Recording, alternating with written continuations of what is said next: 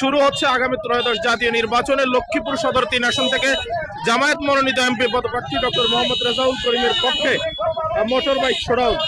আপনারা দেখতে পাচ্ছেন বাইক শোডাউনটি লক্ষ্মীপুর পৌর বাস স্ট্যান্ড থেকে যাত্রা শুরু করেছে।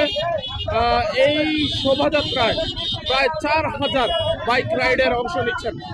প্রিয় দর্শক, আপনারা দেখতে পাচ্ছেন যে ডক্টর রেজাউল করিমের পক্ষে বাইক শোডাউনটি যাত্রা শুরু করেছে লক্ষ্মীপুর পৌর বাস স্ট্যান্ড থেকে।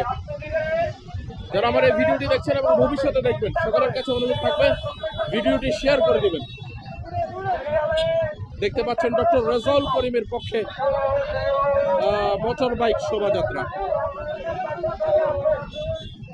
এই শোভাযাত্রায় প্রায় 4000 বাইক রাইডার অংশ নিচ্ছেন।